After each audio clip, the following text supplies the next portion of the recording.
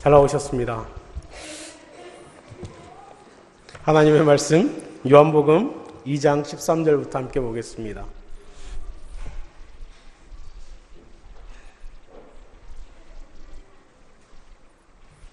(2장 13절부터 22절) 말씀입니다. 2장 13절부터 22절 말씀입니다.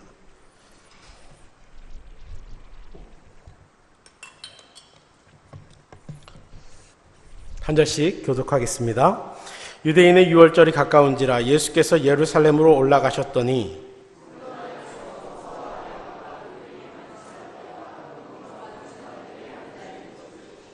노끈으로 채찍을 만드사 양이나 소를 다 성전에서 내쫓으시고 돈 바꾸는 사람들의 돈을 쏟으시며 상을 엎으시고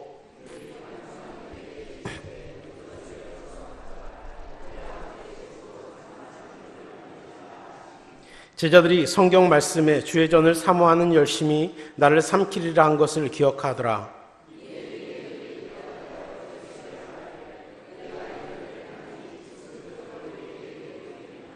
예수께서 대답하여 이르시되 너희가 이 성전을 헐라 내가 사흘 동안에 일으키리라.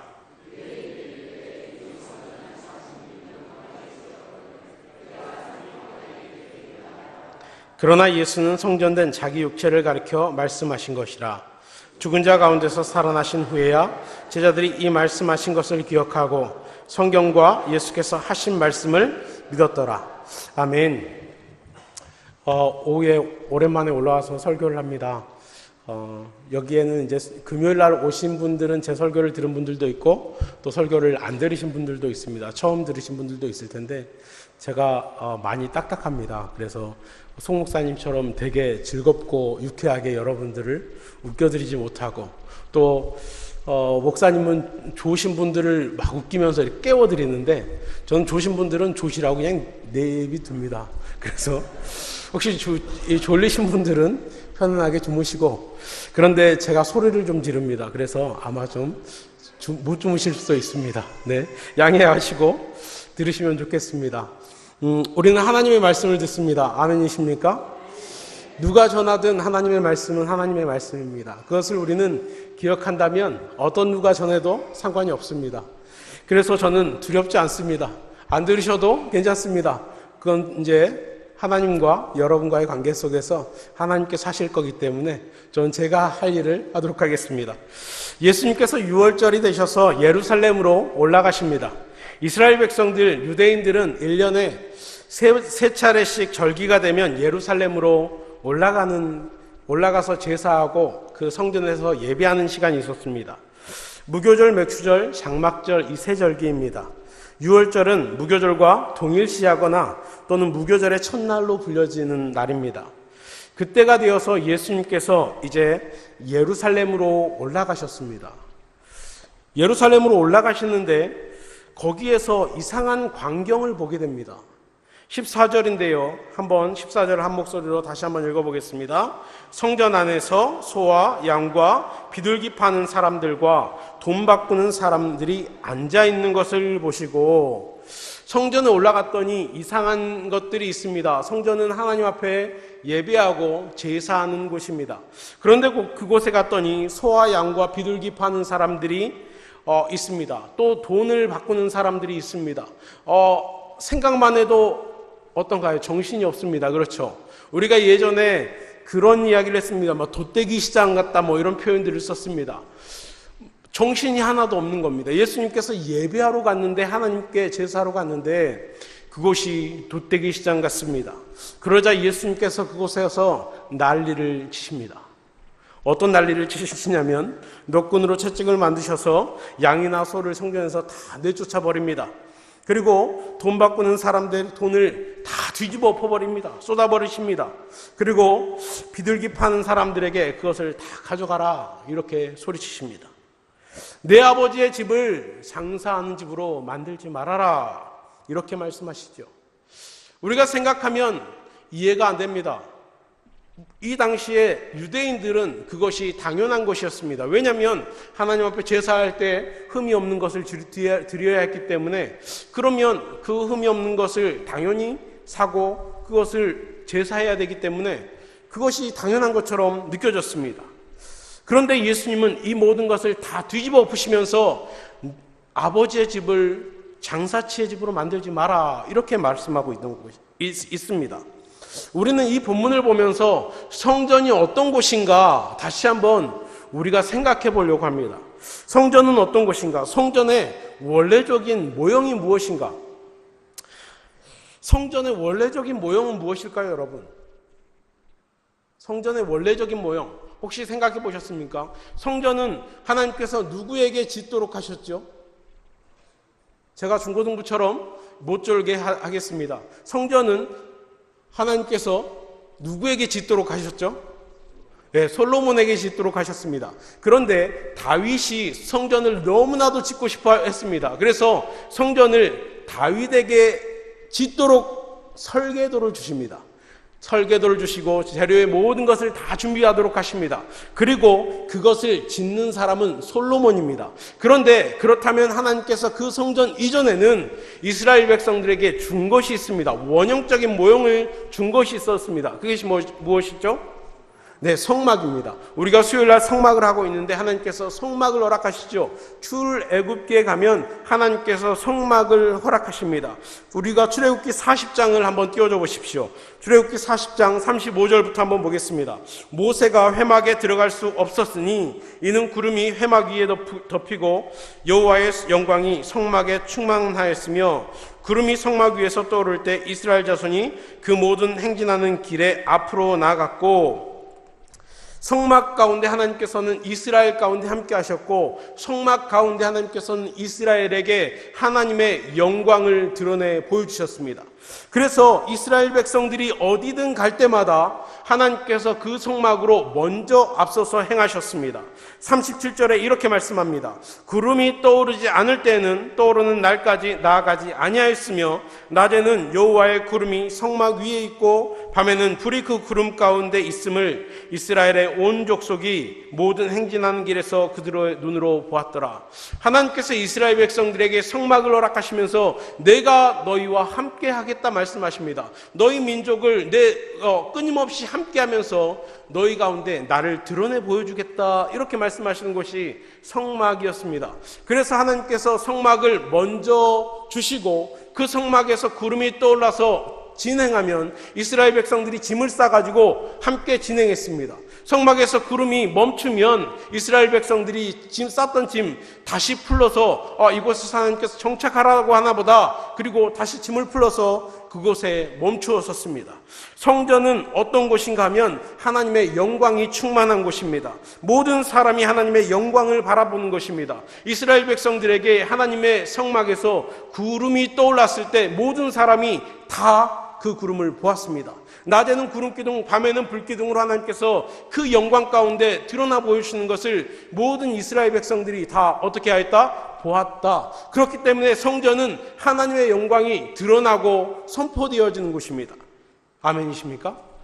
그래야 합니다. 그것이 하나님께서 주신 것입니다. 하나님의 영광이 드러나는 곳, 그곳에서는요 광채가 납니다. 어느 곳에서나 하나님의 영광이 선포되어지는 곳, 드러나는 곳, 그곳에서는 하나님의 광채가 납니다. 이스라엘 백성들에게 출애굽기 34장에 보면 모세가 두 증거판을 들고 백성 가운데 내려옵니다.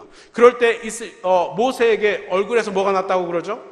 광채가 났다라고 이야기합니다. 하나님의 영광이 드러날 때의 일입니다. 하나님의 영광 앞에 설 때 인간은 나와 하나님과의 경계를 구분짓게 됩니다. 사람인 내가 전능자라는 하나님 앞에 섰을 때 거룩하신 하나님 앞에 나라는 존재를 깨닫게 됩니다.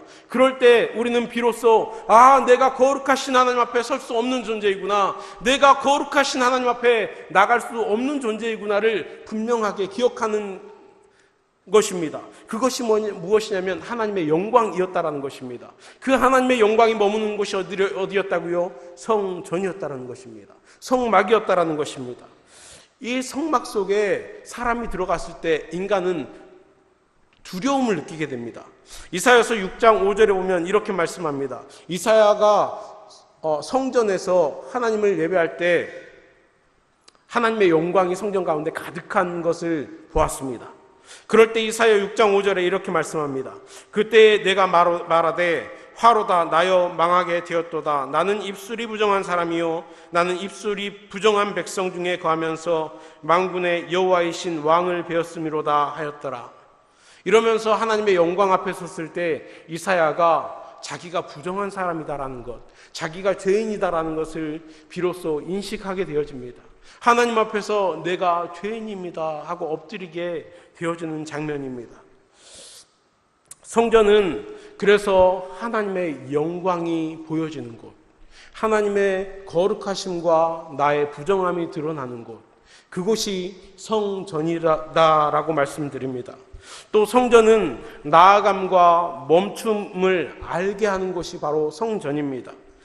우리가 출애굽기를 봤는데 출애굽기 36절을 또 보면 구름이 성막 위에서 떠오를 때는 이스라엘 자손이 그 모든 행진하는 길에 앞으로 나아갔고 구름이 떠오르지 않을 때는 떠오르는 날까지 나아가지 아니하였다 이렇게 말씀합니다. 이스라엘 백성들은 구름이 떠올랐을 때 여정을 걸어갑니다. 구름이 멈추면 모든 여정을 다 멈췄습니다. 그것을 통해서 이스라엘 백성들의 가고 서는 것의 기준이 무엇이 되는 거예요? 성막이 되는 것입니다. 하나님께서 가는 곳까지 가고 하나님께서 멈추는 곳까지 멈추는 것, 그것이 성막이었던 것입니다. 또한 성막은 어떤 것이냐면 하나님의 구름기둥과 불기둥이 나타났기 때문에 그 안에서 뭘 했냐면 하나님께서 이스라엘의 모든 백성들을 다 보호해 주셨습니다. 낮의 해와 밤의 달이 이스라엘 백성들을 해치 못하도록 그렇게 이스라엘을 보호하셨던 곳, 그곳이 성막이었습니다. 이 모든 것, 광야의 추위도 그것에서 그 성막으로부터 나오는 불기둥으로 인해서 보호를 받았다라는 것입니다. 이 모든 것이 어디에서 시작되었는가? 바로 성막에서 시작됩니다. 제가 성막이라고 말씀드리고 있지만 이 성막은 후에 뭐가 되는 거라고요? 성전이 되어집니다. 그런데 지금 예수님께서 올라갔던 그 성전의 모습을 다시 한번 그려보십시다. 유대인들은 절기 때 흠없는 양을 잡아서 하나님 앞에 제사했습니다. 성전에서 하나님의 거룩하심 앞에 내가 죄인이기 때문에 내가 죽을 수밖에 없기 때문에 양을 잡으면서 짐승을 잡으면서 내가 하나님의 거룩하심 앞에 이렇게 죄된 인생이구나, 내가 죽을 수밖에 없는 인생이구나를 이 제사를 통해서 확인하는 시간이었습니다. 그런데 문제는 예수님께서 제사로 올라갔을 때 누가 장난을 칩니다. 장난을 치는 사람이 등장하는데 대제사장이라는 사람이 장난을 칩니다. 어떻게 장난을 치냐면 각자가 집에서 귀하게 키운 짐승을 가져옵니다. 어린 양을 가지고 옵니다. 그런데 그 양을 판별한 사람이 누구냐면 제사장이었습니다. 제사장들이 이 양은 흠이 없고 흠이 있고를 판별했습니다. 그런데 문제는 이 대제사장이 인정하는 곳에서 물건을 사오는 것은 흠이 없다라고 말을 하는 겁니다. 그리고 자기 집에서 곱게 아주 흠없게 정성을 들여서 키워가지고 온 양은 이것은 흠이 있어서 하나님께 드릴 수 없습니다. 저기 가서 사오십시오. 그렇게 이야기하는 것이요. 그래서 3만 원 하는 양을 30만 원 주고 사오라고 합니다. 그리고 그 3만 원짜리 양은 다시 뭐가 될까요? 나중에 30만 원짜리로 다시 둔갑해서 다시 팔리겠죠. 이렇게 대제사장은 끊임없이 자기 주머니를 채우기 위해서 흠이 없는 양을 흠이 있는 양이라고 그렇게 바꿔놓습니다. 그리고 이 대제사장은 어떤 사람들이었냐면 로마와 정치적으로 연결되어 있었던 사람들입니다. 원래 하나님께서 이 대제사장의 직분은 제사장들 중에서 세우게 하셨죠. 아론 지파의 후손들에게 그렇게 세우게 하셨습니다. 그런데 이 대제사장은 돈으로 로마로부터 대제사장직을 산 겁니다. 그렇기 때문에 돈을 투자했으니까 뭘 해야 돼요? 뽑아야죠.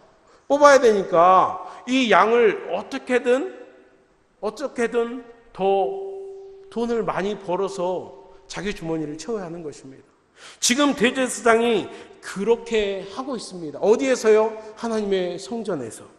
대제사장은 장사하는 사람이죠. 대제사장은 하나님이 보일까요? 안 보일까요? 하나님이 안 보이는 사람입니까? 그러면 우리가 다시 한번 생각해 보십시다. 사람들은 이 성전에 올라왔을 때 하나님을 볼까요? 대제사장을 볼까요? 맞습니다. 사람들은요, 올라와서 하나님의 거룩하심을 보기보다, 성전을 보면서 하나님의 영광스러움, 하나님의 거룩하심을 보기보다 저 대제사장 나쁜 놈, 저 대제사장 도둑놈, 저 대제사장 때문에 내 돈이 사라지네, 그러고 있지 않겠습니까? 이 성전에 와서, 하나님의 거룩하신 성전에 와서 하나님을 보면서 나의 죄성을 바라봐야 되는데, 대제사장을 보면서 똑같이 저 나쁜 놈, 어쩔 수 없이 율법 때문에 와서 예배는 드리고 있지만 하나님은 온데간데 없어져 버리는 그 성전을 우리는 보고 있는 것입니다. 사람들은 이 성전의 기준이 하나님이라고 생각할까요? 대제사장이라고 생각할까요? 대제사장이죠. 왜냐하면 양의 흠이 있고 없고를 누가 판별하니까요? 대제사장이 판별하니까. 대제사장이 허가한 곳에서만 물건을 사와야 거룩하다라고 인정을 하니까 대제사장이 기준이 되어져 버렸습니다. 한 가지 더 생각해 보겠습니다. 성전에서 아까 구름기둥과 불기둥이 나왔다라고 그랬습니다. 구름기둥과 불기둥이 나와서 추위로부터, 더위로부터, 뜨거운 해로부터, 추위로부터 하나님께서 이스라엘 백성들을 다 보호하셨습니다. 그런데 이 대제사장이 있는 이 성전에서는 약자들을 보호하고 가난한 자들을 보호하고 그들을 위로하고 힘이 되었을까요? 아니면 그들을 착복하고 그들을 더 가난하게 하고 더 힘들게 했을까요? 더 착취하고 더 힘들게 하고 더 고단하게 했을 것입니다. 이 성전은 더 이상 하나님의 성전이 아니었습니다. 더 이상 하나님의 영광을 보고 하나님의 거룩하심을 보며 우리 죄성을 보며 하나님, 우리가 죄인입니다, 우리의 죄 때문에 이 짐승이 죽어야겠습니다, 그렇게 선포하는 것이 아니었다라는 것입니다. 대제사장을 보면서 손가락질하고 욕하고 하나님의 영광은 사라져버리는 그런 곳이 이 성전이었다라는 것입니다. 그러면 어떻게 할까요? 예수님이 엎어야죠. 엎어야 합니다. 그래서 예수님은 이 성전에 올라가서 엎을 수밖에 없었습니다. 하나님의 말씀을 가지고 있었고 하나님의 거룩하심을 알고 있었고 하나님의 아들로 이 땅 가운데 오셨기 때문에 이 성전을 바라보면서 도저히 견딜 수가 없었습니다. 도저히 사람이 주인 되어져 버린 이 성전을 바라보면서 가만둘 수가 없는 것이죠. 그렇기 때문에 엎어버리는 것입니다. 우리는 이제 고린도전서를 한번 찾아보겠습니다. 고린도전서 3장을 한번 찾아보겠습니다.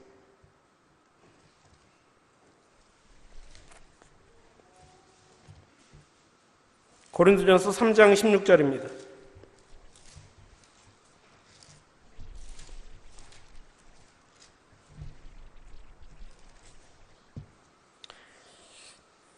함께 읽습니다. 시작. 너희는 너희가 하나님의 성전인 것과 하나님의 성령이 너희 안에 계시는 것을 알지 못하느냐. 17절. 누구든지 하나님의 성전을 더럽히면 하나님이 그 사람을 멸하리라. 하나님의 성전은 거룩하니 너희도 그러하니라. 이 말씀의 심각성을 우리는 봐야 합니다.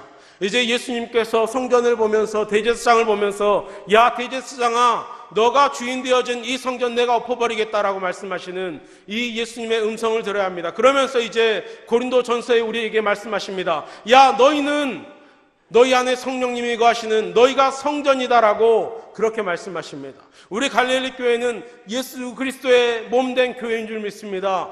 예수 그리스도의 성령님께서 거하시기 때문에 이 갈릴리 교회는 성전입니다.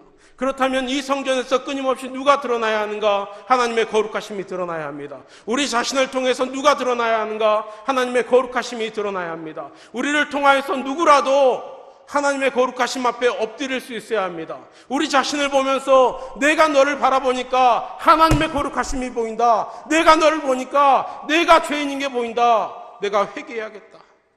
이게 우리 가운데 보여져야 하는 것입니다. 우리는 너무나도 성전인 것을 잊어버리고 살아갑니다. 너무나도 하나님의 성전, 성령님께서 나와 함께 하신다라는 것을 너무나도 강구하고 살아갑니다. 예수님께서 우리를 보고 내가 너를 엎어버리겠다.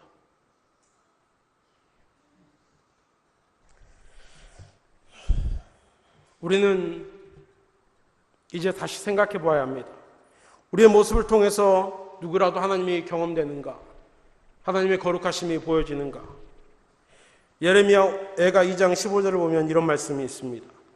모든 지나가는 자들이 다 너를 향하여 박수치며 딸 예루살렘을 향하여 비웃고 머리를 흔들며 말하기를 온전한 영광이라 모든 세상 사람들의 기쁨이라 일컫던 성이 이 성이냐. 사람들이 폐허가 된 예루살렘 성을 향하여서 야, 이 성이 하나님께서 함께 하시던 예루살렘 성이냐? 이렇게 폐허가 되어 있는데 조롱합니다. 비웃습니다. 세상이 교회를 향하여서 왜 손가락질을 할까요? 왜 비웃을까요? 야, 너희 진짜 하나님 믿냐? 너희 진짜 하나님 살아계시냐? 그 살아계심을 우리에게 보여봐라. 그 하나님의 거룩하심을 나에게 드러내봐라. 너의 모습 어디에 하나님의 거룩하심이 있느냐?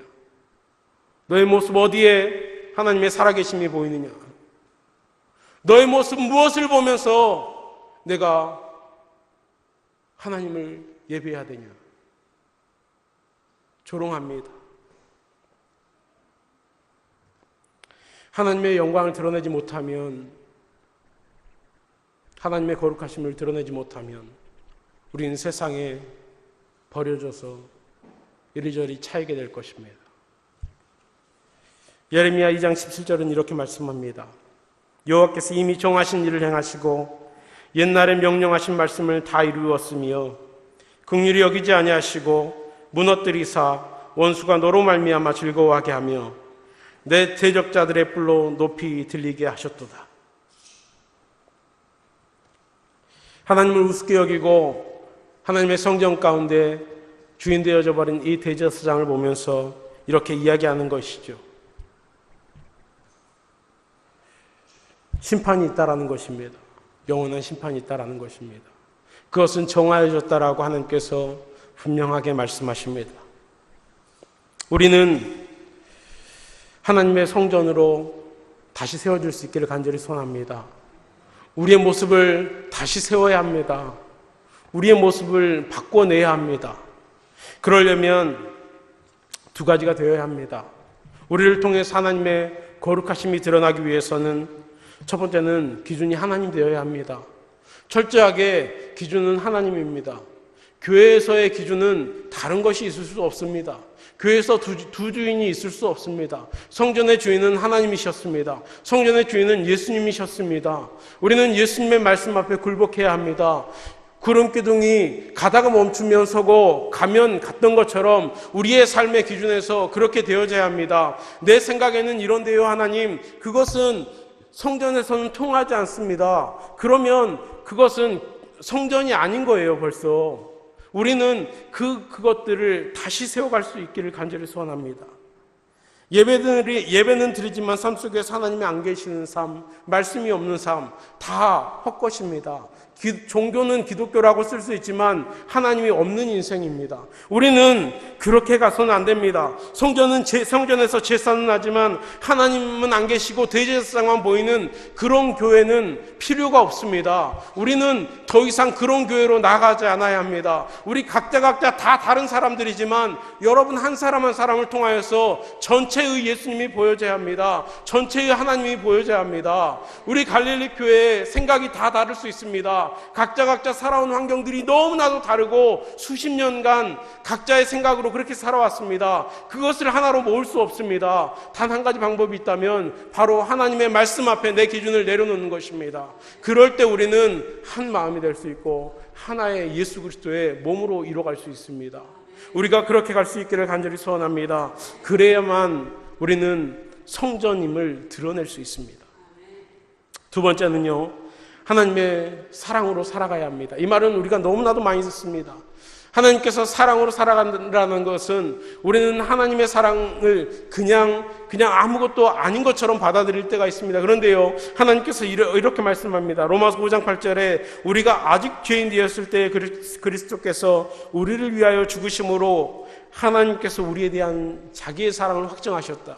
우리가 아직 죄인 되었을 때 하나님께서 우리를 위하여, 그리스도께서 우리를 위하여 죽으심으로 우리는요, 생명을 받았다라는 것입니다.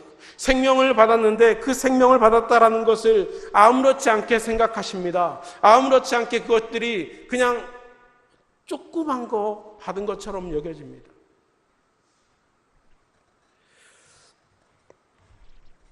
사랑은요, 덮어주고 용납하고 품어주는 것입니다. 예수 그리스도의 십자가의 사랑을 받았기 때문에, 생명을 받았기 때문에 그렇게 사랑을 해야 합니다. 이것은요, 너무나도 힘듭니다. 그냥 되지 않습니다. 저를 한번 생각해 봤습니다. 제가 여러분을 사랑할 수 있을 것 같습니까? 저 엄청 이기적인 사람입니다. 제가 생각했을 때 저는 정말 나쁜 사람입니다. 그런데요, 제 안에 얼마나 많은 악독들이 많은지요, 마음속으로 얼마나 많은 죄들을 짓는지 모릅니다. 조그만 말로도 인해서 운전할 때마다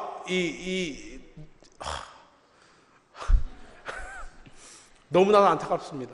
평소 때는 조금 그렇게 인격적으로 더 성숙해진 것처럼 보여지다가도 이 운전만 하면, 물론 욕을 하지는 않습니다. 제가 누구처럼 막 쌍욕을 하면서 그러진 않지만 순간적으로 욱 하면서 막 마음속에서 이렇게 불릴 때 일어나는 그런 저를 보게 됩니다. 저만 그럴까요? 제가 봤을 때 여러분은 저보다 훨씬 더 나쁜 사람들. 우리는요, 물론 옆에 분들은 다들 그래도 얼굴을 아는 분들이니까 좀 덜 하겠죠. 얼굴을 아는 분들이고 나의 상황을 아니까 내가 조금 그 사람이 나를 건드려도 에이 장난이겠지 하고 넘어갈 수 있습니다. 그런데 모르는 사람이, 우리가 운전하면서 왜 욱하나요? 모르는 사람이니까, 나랑 상관없는 사람이니까 그 사람이 좀 껴들면 이거 하잖아요. 그건 모르는 사람이니까. 그런데 박정희 집사님 저한테 조금 그렇게 했다고 그래서 제가 막 박정희 집사님께 막 그럴까요? 안 그렇죠. 아는 사람이니까. 우리는 아는 사람에게 좀 관대하죠. 모르는 사람에게는 그렇지 않습니다. 그런데 중요한 건요, 우리 안에는 결코 선한 것이 나오지 않더라는 거예요. 여러분, 같이 있을 때 말고 혼자 있을 때 여러분을 한번 생각해 보십시오. 혼자 있을 때 여러분 선한 것이 나오던가요? 별로 안 나옵니다. 저도 마찬가지입니다. 다 똑같습니다. 그렇다면 우리는 우리의 힘으로 사랑을 할 수 없다라는 사실을 인정해야 되는 거예요. 우리의 힘으로 용납하고 품어주고 감싸주고 불가능하다라는 사실을 인정하는 것입니다. 그렇다면 우리는 문제 앞에 설 때마다, 그런 악독 앞에 섰을 때마다, 그런 죄악 앞에 섰을 때마다 그 죄악을 어디로 가져가야 되냐면 예수 그리스도의 십자가 앞으로 가져가야 한다는 사실입니다. 당장은 분노하고 욕할 수 있습니다. 그렇지만 그 당장 분노하고 욕한 것을 어디로 가져가야 돼요? 십자가 앞으로 가져와야 돼요. 십자가 앞으로 가져오면, 나를 위하여 예수 그리스도께서 십자가에 달려 죽으셨구나. 그렇다면 내가 용서할 수 있어요, 없어요? 당장은 안 되지만 십자가를 바라보면 되더라는 것입니다. 그 십자가 앞으로 가져오는 과정이 뭐냐면 기도하는 겁니다. 우리는 그래서 우리의 힘으로 선을 행할 수 없고 우리의 힘으로 사랑할 수 없기 때문에 우리는 눈물을 흘려서 기도하는 것입니다. 하나님, 제가 안 됩니다. 제 힘으로 안 되는 것을 하나님 너무나도 잘 알고 있습니다. 예수 그리스도의 십자가를 바라보게 하여 주십시오. 그 사랑으로 용납하게 하여 주십시오. 이렇게 기도하면서 우리는 사랑의 길로 나아가야 돼요. 그럴 때 우리는 옆에 있는 이들을 보듬어 줄 수 있습니다. 용납할 수 있고 품을 수 있습니다. 오래 걸립니다. 신앙생활을 오래 해오신 분들, 기도를 많이 해오신 분들 알겠지만 당장 끊어지지 않는 걸 알고 계시죠. 우리의 삶의 모습들, 습관들, 그리고 본성들이 결코 쉽게 바뀌지 않습니다. 오래 걸립니다. 신앙이 그리스도인으로 장성한 분량에 이르렀다라는 것은 그만큼 이 분냄과 성냄이 십자가 앞에 가져오는 시간이 짧은 사람이 있고요. 그리고 아직 미성숙한 사람은 이 시간이 아주 오래 걸리겠죠. 그러나 그렇게 이끌어 가실 것입니다. 성령님께서. 하나님께서 하실 일들을 우리가 기대하면 좋겠습니다. 그 대신 우리는 끊임없이 하나님 앞에 엎드리는 것입니다. 오늘 이제 말씀을 정리하고 싶습니다. 우리가 성전을 뒤엎으신 예수님을 바라보면서 우리가 그 성전의 그 그림을 다시 한번 그리면 좋겠습니다. 하나님이 보여지고 또 하나님의 거룩하심이 보여지고 하나님의 사랑이 보여져야 되는 그곳에서 대제사장이 기준이 되어버리고 대제사장만 보여지는 그 성전, 어쩌면 우리 갈릴리 교회의 모습, 그리고 나의 모습, 그리고 여러분의 모습이 그런 모습일지 모르겠습니다. 그 모습들을 우리가 좀 내려놓고 하나님, 저의 모습을 통하여서 우리 갈릴리 교회를 통하여서 온전히 하나님의 거룩하심이 드러나게 하여 주십시오. 하나님이 기준되어지는 교회가 되어지게 하여 주십시오. 또 우리 교회를 통하여서 끊임없이 다른 이들을 품어주고 용납하고 나를 통하여서 내 것을 내려놓고 그렇게 십자가 앞에 기도하며 그렇게 품을 수 있도록 인도해 주십시오라고 우리가 기도하면 좋겠습니다. 기도하겠습니다.